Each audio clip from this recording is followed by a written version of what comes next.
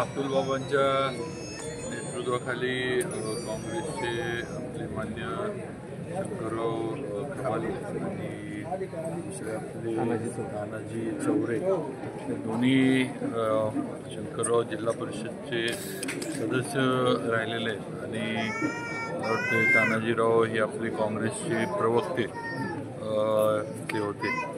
या सर्व त्यांनी आणि त्यांच्या सर्व प्रमुख कार्यकर्त्यांनी भारतीय जनता पार्टीमध्ये अतुल बाबांबरोबर काम करण्याचा निर्णय घेतला। त्यांचा प्रवेश अधिकृतरित्या होतोय आणि त्या निमित्तानं त्यांचा प्रवेश घेण्यासाठी आणि पक्ष म्हणून आम्ही सगळे अतुल बाबांच्या बरोबर आहोत। महाराष्ट्राचे मुख्यमंत्री देवेंद्रजी फडणवीस हे अतुल बाबांबरोबर पूर्ण ताकदीने आहेत। हा अनुभव आपण यापूर्वी पण घेतलाय आणि आता पण ते आपल्याला बघायला मिळते आणि याच पद्धतीनं अतुल बाबांची ताकद ही कराड तालुक्यामध्ये कशी वाढेल आणि त्याला आता मंत्री म्हणून माझ्यावर नक्कीच काम करण्याची जबाबदारी दिली आहे। त्यामुळे माझ्या मंत्रिपदाच्या माध्यमातून सुद्धा अतुल बाबांना जी काही ताकद मला देता येईल पक्षवाढीसाठी ती नक्की देण्याचा माझा प्रयत्न राहील।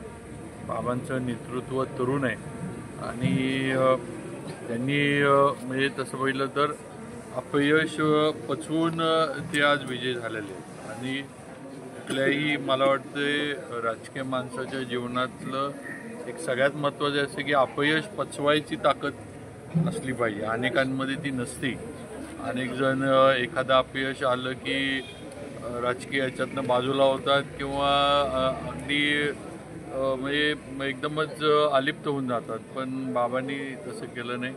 आज त्यांना जो वारसा आहे कैलासवासी जयवंतराव भोसलेंचा तो वारसा समाजसेवेचा आणि लोकांमध्ये काहीतरी चांगलं झालं पाहिजे आपल्या याचा प्रयत्न या कुटुंबाने नेहमी केला आहे आणि म्हणूनच बाबांचं नेतृत्व वाढत चाललं आहे, मोठं होत चाललं आहे आणि ते अजून मोठं होणार आहे ह्याची नक्कीच मला पण खात्री आहे। आणि तरुण असल्यामुळं बाबांना भवितव्य जिल्ह्यामध्ये आणि राज्यामध्ये सुद्धा अतिशय चांगलं आहे हे पण या निमित्तानं मी सांगू इच्छितो आणि आज त्यासाठी बाबांच्या आग्रहाखातर खरं म्हणजे मी इथं आलेलो आहे। राजे, आपल्या खात्यासंदर्भातला एक प्रश्न आहे। सार्वजनिक बांधकाम विभागाकडे निधी नाही अशा प्रकारची एक चर्चा सगळीकडे आहे, पण नेमकी काय सांगते? निधी नाही असं नाही। आत्ताच जे बजेट झालं त्यात तुम्ही बघितलं आज 18,000 कोटीची तरतूद ही सार्वजनिक बांधकाम विभागाला आपले राज्याचे वित्तमंत्री अजित दादा पवार यांनी करून दिली आणि या माध्यमातून सगळ्यात म्हणजे मागची जी काही प्रलंबित बिलं आहेत किंवा देयकं आहेत ती देण्याचं नियोजन त्या माध्यमातून आम्ही आता केलेलं आहे। मागे इलेक्शनचे वर्ष होतं, थोडी कामं देताना जास्त मंजुऱ्या दिल्या त्यामुळे थोडं पेमेंट ते झालं। त्यानंतर थोडं लाडकी बहीण योजना पण राबवली गेली, त्याला पण थोडा निधी गेला, त्यामुळे थोडा ताण आला, पण असं काही निधीच नाही किंवा कामच होत नाहीत किंवा होणार नाहीत किंवा जे कॉन्ट्रॅक्टर आहेत त्यांना बिलच मिळणार नाहीत अशी काही परिस्थिती नाही। मी आपल्याला अगदी एक मनापासून खरं सांगतो की जोपर्यंत या महाराष्ट्राचं नेतृत्व देवेंद्र फडणवीसांच्याकडे आहे तोपर्यंत राज्याला ते काही कमी पडून देणार नाहीत, एवढं आम्हाला सगळ्यांना तर चांगलं माहिती आहे। आज बाजार समितीच्या जागेसंदर्भात जो वादाच्या संदर्भात जो झालेला तुमच्या आणि उद्या ड्रायव्हिंगचा त्या संदर्भात आज कोर्टात काही तडजोड झाली नाही? तडजोड नाही, त्याचं आज आम्हाला खरं म्हणजे आमची पूर्वीची केस होती सुरूची प्रकरणाची, त्या संदर्भात आम्हाला हजर व्हायचं होतं तिथं, त्यामुळे आम्ही सगळेजण हजर झालो। बाबा, सह्याद्रीची निवडणूक आहे कारखान्याची, जुन्या काळात तुम्ही कुणाला मदत केली काय केली ही चर्चा सध्या आहे, सध्या तुमची प्रत्यक्ष भूमिका काय ही पण चर्चा आहे, तुमच्याकडनंच काय असेल ते बघा। तुम्हाला सगळ्यांना माहिती आहे भाऊसाहेब महाराज पूर्वी होते आणि शक्यतो आपण जिल्ह्यात एक थोडं हे ठेवलं की सहकारी संस्थेत कुणी कोणाच्या लक्ष घालायचं नाही, हे एक प्रथा सगळ्यांनी जिल्ह्यातल्या पाळलेली आणि तेच आमचं आहे। तर आमचा अजिंक्यतारा कारखाना आहे, सहकारी संस्था आहे, आमच्या पण निवडणुका 5 वर्षानंतर होतात पण असं कधी कोणी एकामेकाच्या कारखान्यात संस्थेमध्ये लक्ष घातलं नाही. आता तिथले सभासद आणि ते काय असेल ते निर्णय संस्थेबद्दल जो हिताचा असेल तो सभासद घेतील, कारण शेवटी सभासदाच्या हातात सगळे, तुम्ही मी आपण सांगून काय तिथं होत नसतं. त्यामुळे सभासदच काय असेल तो निर्णय घेतील. तुमच्या पालकमंत्रीपदाचा पहिला जोर जोरात होता, पण परत तो जोर उसरलेला दिसतो. आता चर्चाही होत नाही त्या गोष्टीची, काय कारण? नाही, आता शंभूराजे तर पालकमंत्री आपले झाले जातं, विषय तर तो संपलेला जाईल. तुमच्या नावाला फोर्स जो पहिला होता तो कमी कशा म्हणतात? नाही, कमी असं नाही. आज महायुतीचं सरकार आहे, 3 पक्षाचं सरकार आहे. शेवटी एकामेकाच्या विचारानं निर्णय घ्यायला लागतात आणि त्याप्रमाणे इथला निर्णय शिंदे साहेबांना इथलं पालकमंत्रीपद द्यायचं जिल्ह्याचं हा निर्णय झाला. शंभूराजांना दिलं. शंभूराजे पूर्वी पण आपले पालकमंत्री होते.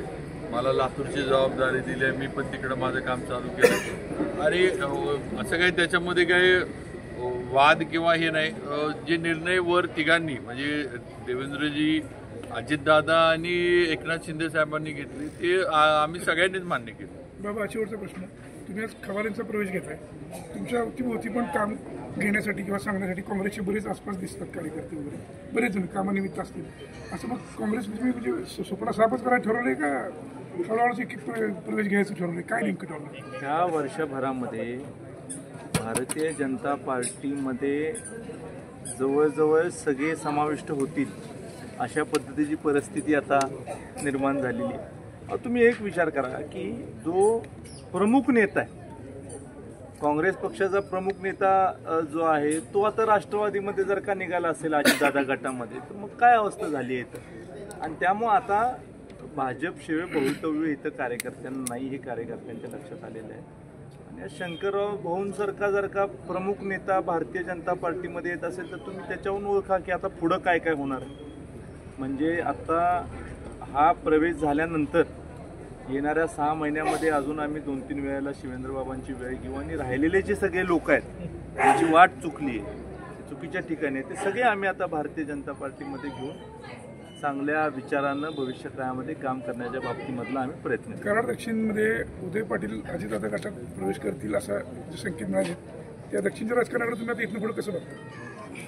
आता भारतीय जनता पार्टीमय हा मतदारसंघ करण्याची जबाबदारी माझ्यावर लोकांनी सोपवली आहे. हा मतदारसंघ आपण पूर्णपणे भगवा करण्याच्या बाबतीमधलं काम सुरू केलेलं आहे, त्याला यश मिळतं आहे. आणि त्यामुळे आता सगळेच लोक मित्रपक्षामध्ये असला तर शेवटी आमच्याबरोबरच काम करायला लागेल ना. आता काय, आता शिवेंद्रबाबांनी आता काय सांगितलं की महायुतीच्या सरकारमध्ये सगळ्यांनी एका विचारानं काम करायला लागतं. त्यामुळे आता जे मित्रपक्षात आहेत त्यांनी पण एकत्रच करावं लागेल ना काम. बरोबर.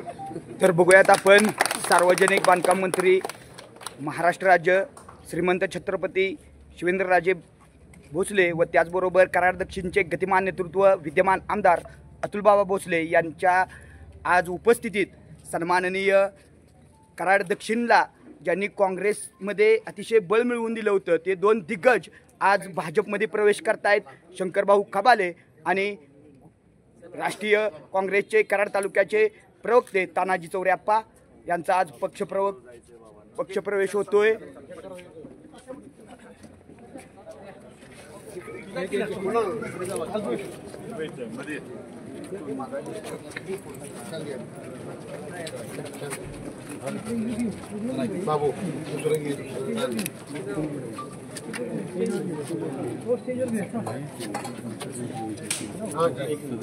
भाऊ जरा इकडं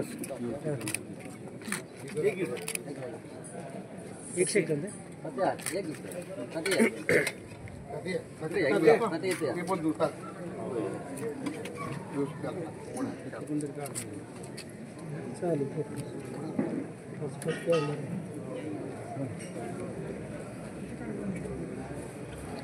आता इकडे बघा जरा. हा जरा खाली करा, क्रॉस करा, 1 मिनिट तिरकं करा. या बघ, हा बस जरा जरा एक फोटो घ्या, उभं राहतो तर तसे बघा जरा इकडे जरा सगळे मागे सरका. जाऊया जरा सरका. सोन्यात सर इकडं बघा जरा समोर. ओके, घ्या घ्या घ्या. सर्व कार्यकर्त्यांनी आता कार्यक्रमाच्या ठिकाणी जायचं. पहिल्यांदा आपल्याला उद्घाटन घ्यायचं आहे या ठिकाणी. बघा बघा झालं ते बरोबर झालं.